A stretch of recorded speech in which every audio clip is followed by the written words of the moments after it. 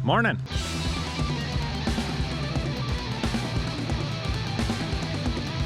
Gonna breed some sows and combine some wheat today.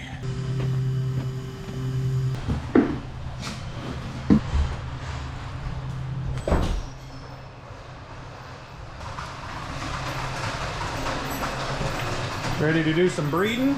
Yeah.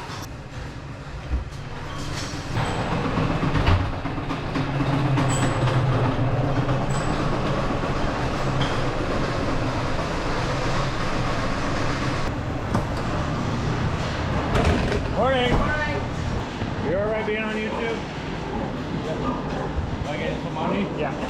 Yeah. You'll get 10% of my earnings, so you'll get about 10 cents. Yep.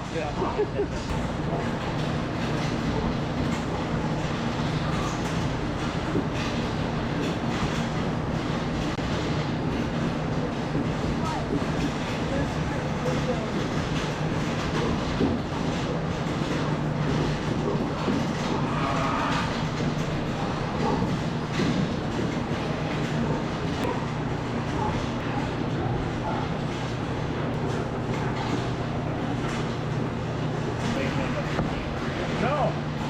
Yeah, that was like a week later. Mark out the next day. Yeah. But We only work 12 days shoot. 2 weeks and 2 days. right. Rest and recover. Yeah.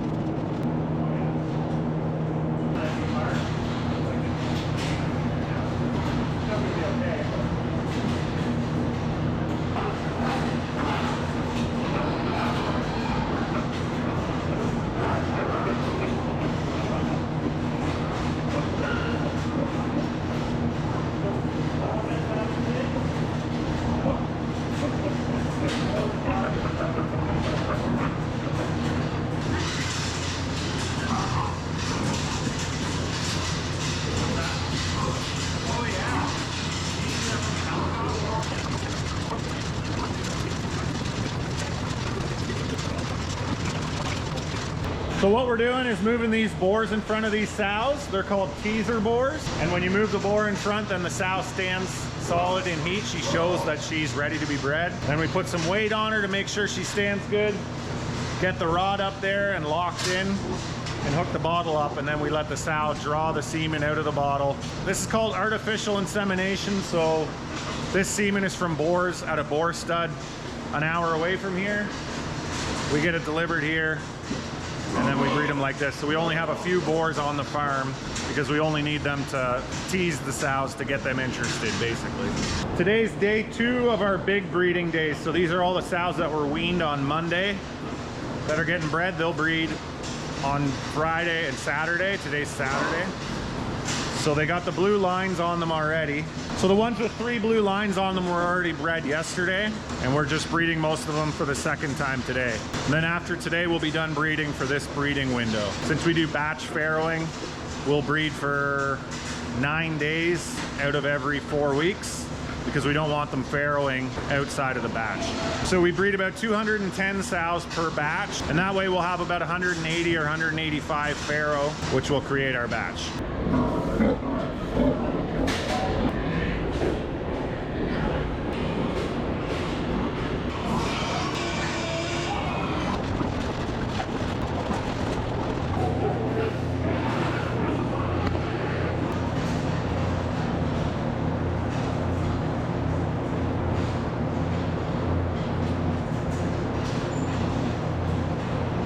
All right, you're fired. Bye. You're fired. You're fired. You're fired. You're fired. So once we got them all written down, then we transfer them to a spreadsheet on the computer and then dump that into the website that keeps track of all of our data for our sow herd. So the computer will keep track of who all got bred, and it'll create a history for them, and it'll say their due date and all that stuff. So then we know when they're ready to farrow. It'll show up on the computer. Looks like we bred 157 sows this morning. All right, time for cash cropper mode.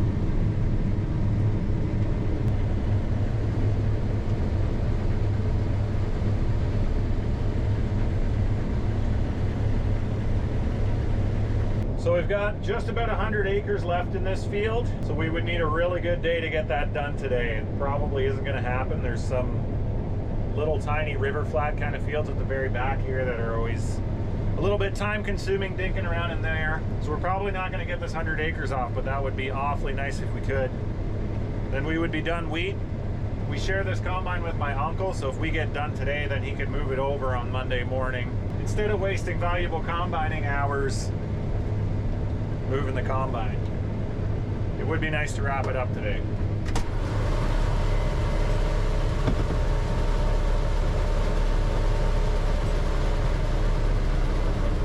G'day. Hi. So we'll see how far we get.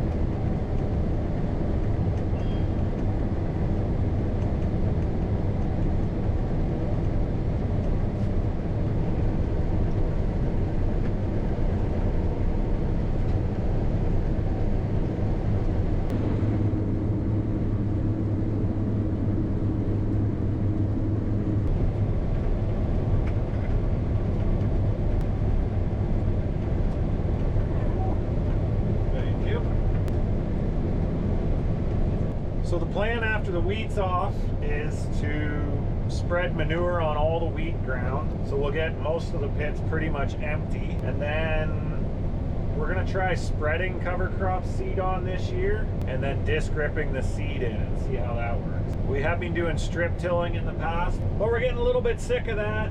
It's a bit of monkey business trying to stay on the strips all the time, and making the strips has to be done by pretty much me or Dad. Has to be somebody who's kind of a planter kind of guy. So I think we're going to do more disc ripping this year because anybody can do it basically. It's just simpler, and it's simpler in the spring too. We'll just cultivate it instead of freshening the strips, and pretty much me or Dad has to freshen the strips too. Anybody could run a cultivator. So we're going to spread manure on the wheat stubble, spread cover crop seed, disc rip it, and then come back and spray the cover crop dead in October, November sometime. There were some people asking me to make a video on what we do with our manure and the manure storage and how all that works. So I'll explain all that once we start spreading manure.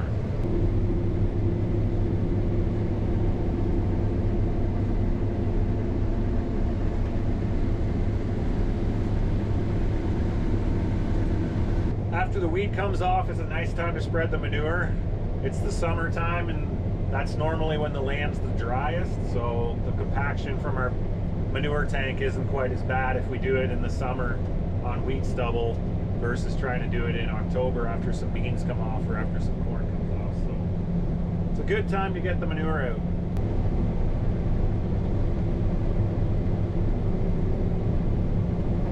Okay, well, see you tomorrow. Thank you. No problem. Thank you.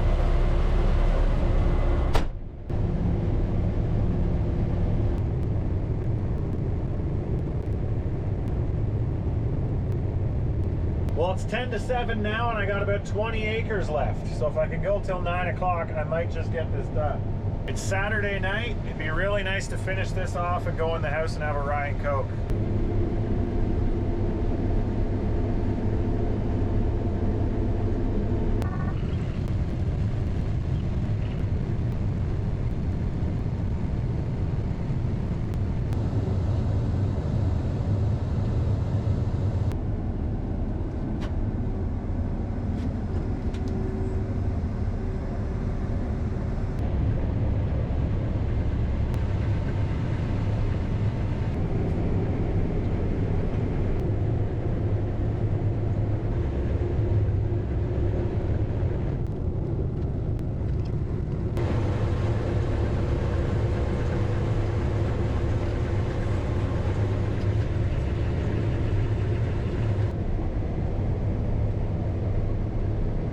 Last little 10-acre river flat field here, so it's 8:22 right now. We might just finish it. Starting to get tough. You can hear it grumbling.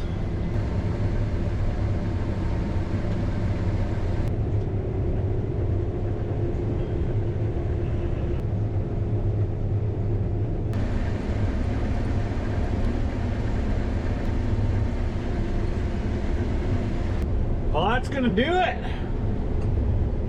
That's awesome.